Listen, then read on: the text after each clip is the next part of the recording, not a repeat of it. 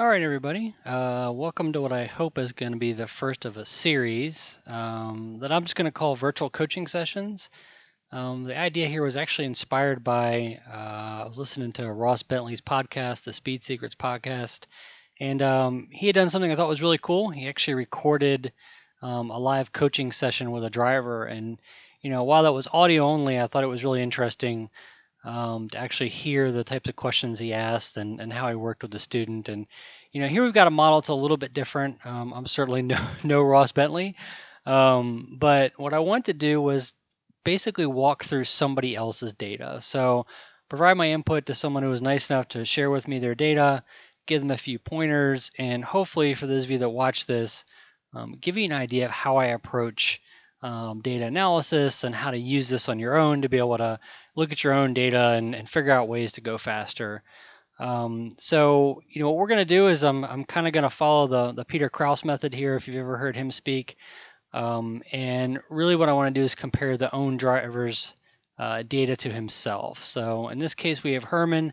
He's a VIR club member. He's been doing this for a while, but he'd been off the track for several years, and so he's just getting warmed up, and it's a new car to him. So he was nice enough to share with me one of his sessions, and so what we're going to do is actually use his own data to compare and see where places where if he could string kind of that segment of good things together consistently, could he really improve his lap time. So what we're going to do is, first of all, take my standard workbook I've been using, and we're going to add his outing. So we'll add his PDR data here, and here you can see his best lap was a 2:08.54. And then what we're going to do is, so we can actually compare these, we're going to add the same outing twice so that it basically shows up twice and we can pick different laps and look at them. So again, right click, add outing. I'm going to pick the exact same file and add it. And by default, Cosworth's PyToolbox is going to pick the fast lap for both of them, and that's fine for a starting point. The other thing we want to do here is go ahead and basically line things up, make sure all the displays are pointing at the right data elements.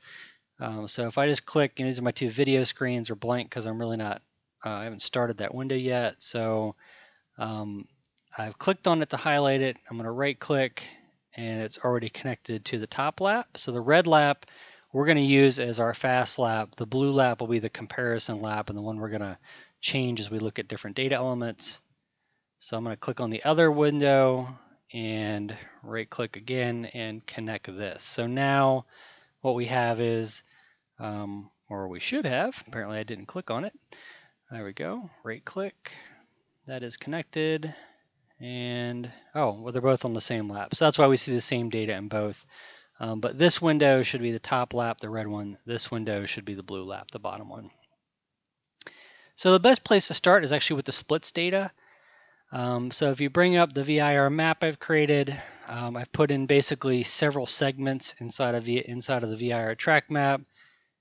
So segment 1 is basically from start finish all the way around to basically the apex of turn 2. Segment 2 actually runs through turn 3. Segment 3 is this sequence of corners through 4A, 4B, 5A, 5B. And then segment 4 is basically coming out of the lower S's, and that's shot all the way up. It's actually a very big segment that I should probably break up, but all the way through the climbing S's and through the exit of turn 10.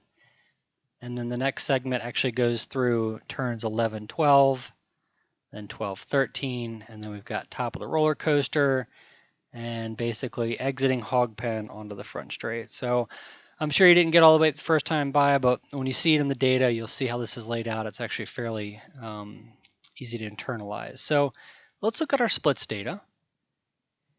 And as we saw, lap 16 is actually our fast lap here. So 2:08.54.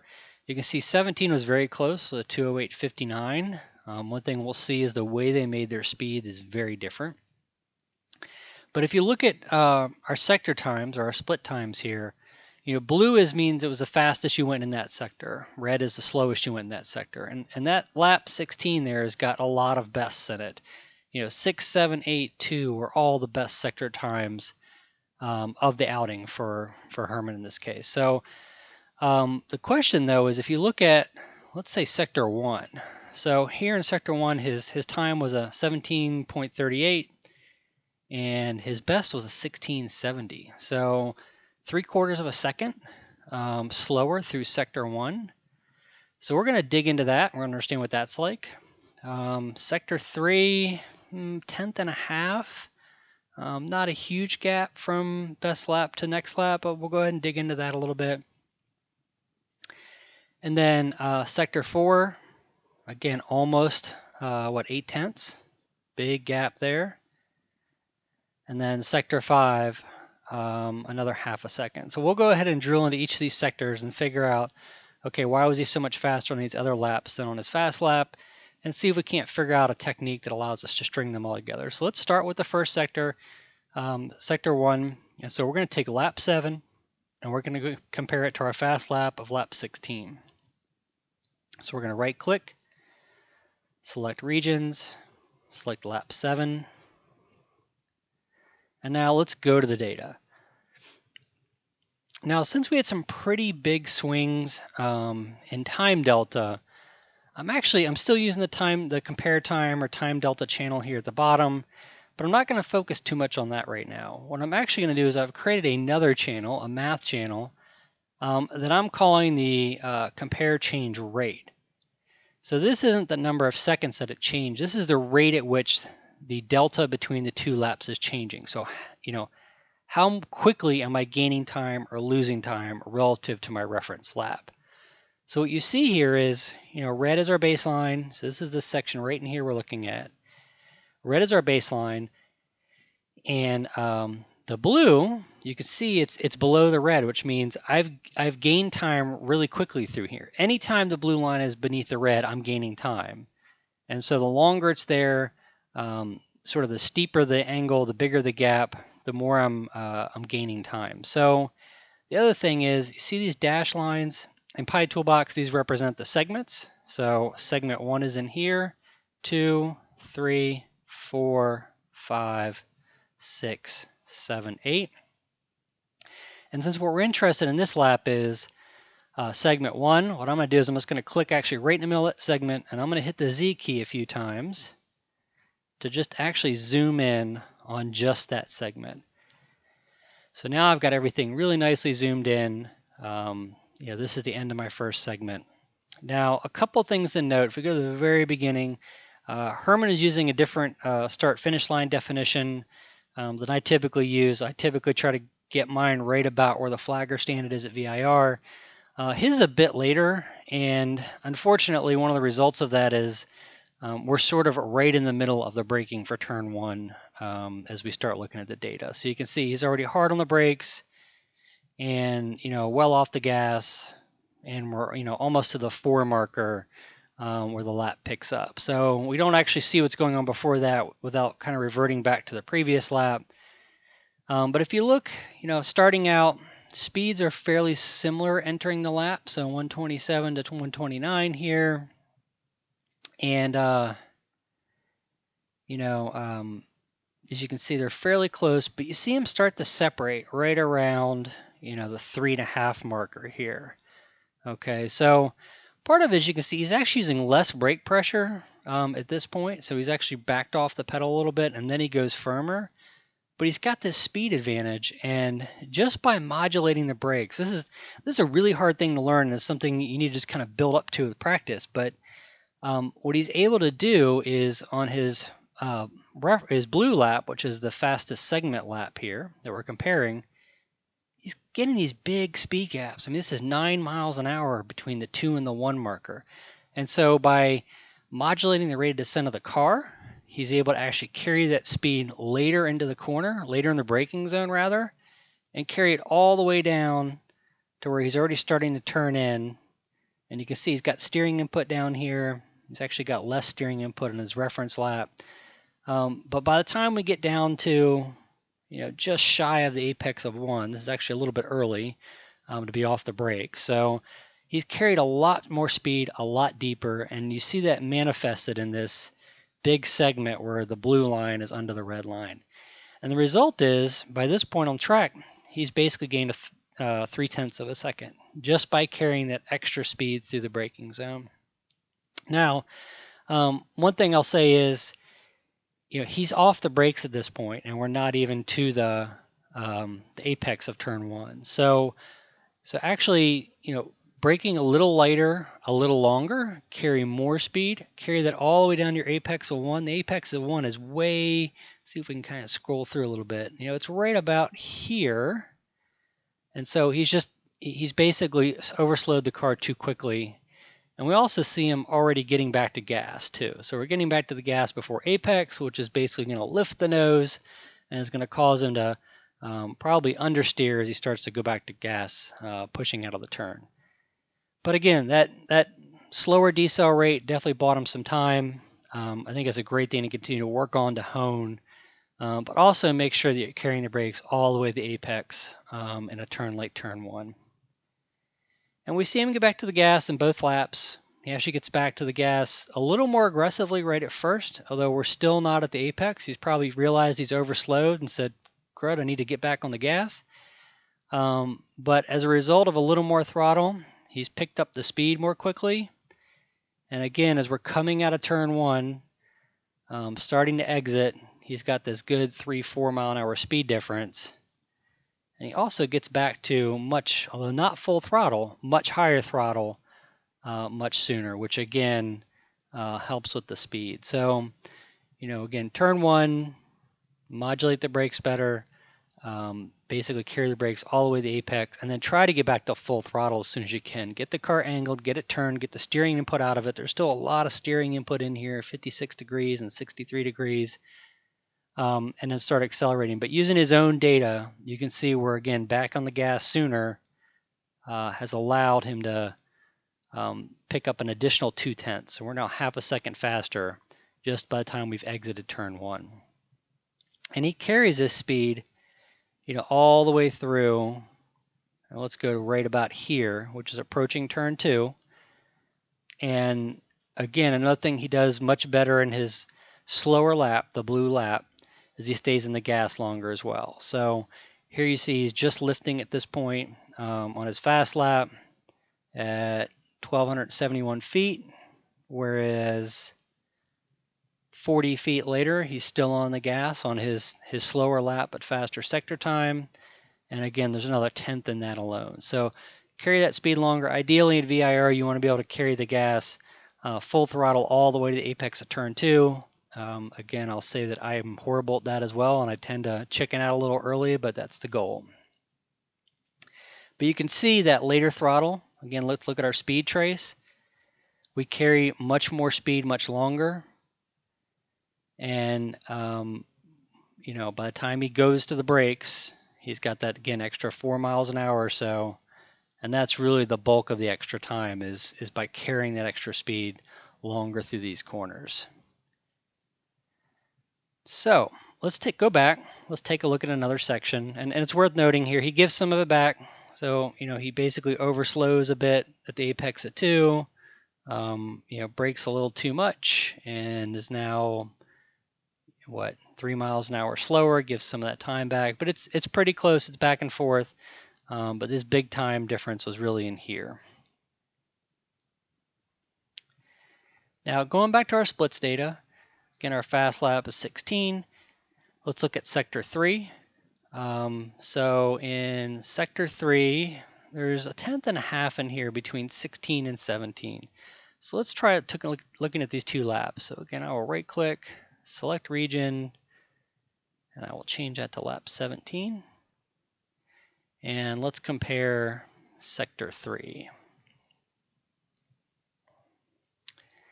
We're going to hit the backspace to zoom back out. Sector 1, sector 2, sector 3. Zoom back in. And now we're looking at sector 3. So where did that time come from? Well, it pretty much all came from here to here.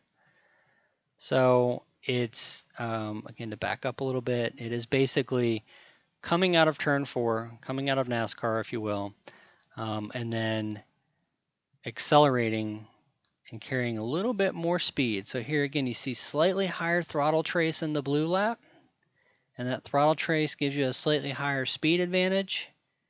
And so where we're 0.15 seconds behind, faster at entering sector 3, by the time we exit, it's 0.25. So again, we've gained a little bit in that section there, but he gave back a lot of it too by just braking here in the right-hander to 4B. So nothing major there. We'll go ahead and go back to our split data. And let's take a look at something that's got a bigger gap, like sector 4. So again, here we've got a 24:06 on his fast lap, 23:11 on lap 12, which was a slower lap, but his best sector time. So again, we'll change this to lap 12.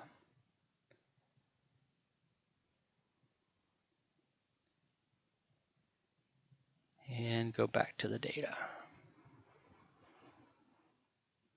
Back out again. 1, 2, 3, middle of sector 4, and zoom in. So as I said before, sector 4 is that run coming out of the lower S's all the way through the climbing S's to basically exiting 10, heading towards 11. So as you can see, starting this run, he's actually starting from a lower speed. He's starting from 3 miles an hour slower. At this point, he's just under a second behind, so slower. And when he makes the shift, he loses even more speed. And he basically carries this speed loss all the way under full throttle, just about all the way to the bridge. And you can see again in his fast segment lap, his blue lap, he's carrying that throttle a lot longer. Although he lifts from full throttle sooner, he carries it a lot longer, and that starts giving him more speed. So we have a crossover at this point before he even gets to the crossover road. But he's carrying more speed. He's continuing to accelerate all the way to here, whereas he is well off the gas and actually broke a little bit on his fast lap. So if we back up to where he broke, what's going on here? Well, there is traffic up ahead, so it's entirely possible part of this is he just didn't want to catch that car in the climbing S's, and that's understandable, especially being able to gauge the closing rate. I think if you look at the data in retrospect, he could have actually stayed on the gas longer because he doesn't actually catch these cars until much, much later in the lap. But the result is he brakes here, he loses a ton of speed, and so there's a 10 mile an hour gap by the time we really properly enter the climbing S's. And he maintains that gap most of the way through the S's. Starts to lose it as we end up on the final right-hander. I think that's turn 9. Starts to close that gap. But this segment from here, where he basically passes the speed trace of his fast lap, where the delta is 0.9, to here, which is braking for 10, where the speed traces again converge, he's gained almost a second. So he's gone from 0.9 behind to 300ths ahead. And that was all by carrying that extra speed through the S's. And you can see it's carrying the throttle longer. It's not braking entering the S's.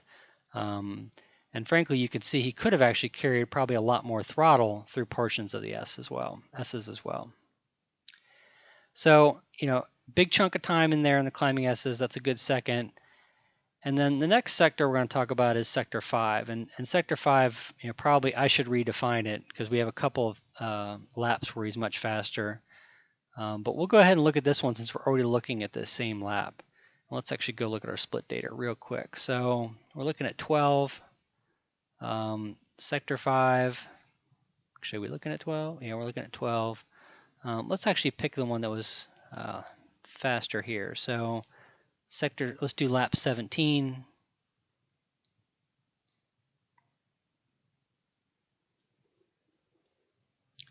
And go back and look at sector 5, which is a run through 10 down through 11 in Oak Tree. So again, I'm gonna actually just scroll forward as opposed to zooming out and zooming back in again. And so again, what we can see is actually he gained time not just in sector 5, but actually in running up to sector 5, the tail end of sector 4. So I'm starting here where basically the rate of change of the compare time is the same, the speeds are roughly the same, the throttle he's just starting to tail off on his fast lap, and at this point there's a half a second or 0.54 seconds time difference between his fast lap and his fast sector time lap. But again, same old story. He's still got this traffic up ahead of him. He hasn't caught him yet, but he lifts a little early as opposed to staying in the throttle for this extra, probably 150 feet or so. He also brakes a little earlier, and the result is, the speed, which is basically equal, at around the 5 marker heading in towards 11. By the time he gets to the 3 marker, he's got a 9-10 mile an hour difference. And the result of that, is that he continues to build time, and that continues through this segment. So he carries much more speed, not just to the braking zone and the turn-in for 11, but he carries this big 10 mile, 12 mile an hour at times gap all the way down around 11. 11 is a super scary turn because people don't want to carry speed. They want to basically slow down and just kind of putter around and make that turn for 12. The more speed you can carry there and still get set up and slowed and turn in for 12, there's a lot of time to be had there. And I think we see it where, again, you're looking at convergence points, 0.54. By the time they converge again, it's 1.35. So there's 0.8 of a second in just that little segment of track. And so it's all about carrying the speed longer and then getting turned. And we see again here, see, he's off the gas, he's off the brakes. Pretty good, almost to the apex of 12. Could have probably held the brakes a little bit longer. But then he's getting back to gas and he's getting reasonably back to full throttle, so that's excellent. And then taking off out of Oak Tree. And again, these are the same cars we've been looking at all the way from leading into the climbing S's. He's finally catching them. He probably could have stayed a lot closer to them and not given up as much time early on. So, backing up, going back to the split data. Oh, one more thing. If we back up and actually back up to the S's here, one thing I noticed was he stays in 4th gear coming through 10. Remember all the speed we gained in that run down from 10 to 11?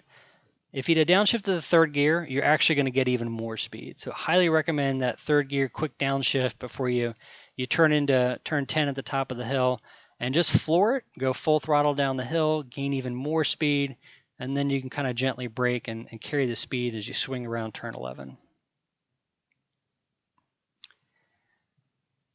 And going back and looking at the rest of the data, as you can see, the rest were basically his best. So really good lap. Other than that, a couple little areas.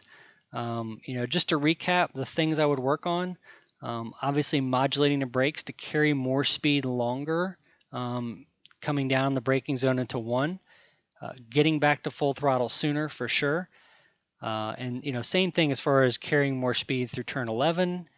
And then when crossing over turn 3, do the downshift in the 3rd, get back to full throttle, carry more speed down through that section. So, again, just looking at the split data, his best was a 208.5 rather. His theoretical best was a 206.2, definitely attainable. So he's got a good 2 seconds plus that he can gain just by doing things he's already doing and doing them consistently. So this is where, it's great to see stuff that you know how to do, the car can do, the track supports, the tire support, and now you can go out and do it. So I hope this is helpful. Hope this is helpful to Herman. Hope this is helpful to everybody else that watches. Like I said, I'm going to try to do more of these if folks think they're worthwhile. And have a great evening.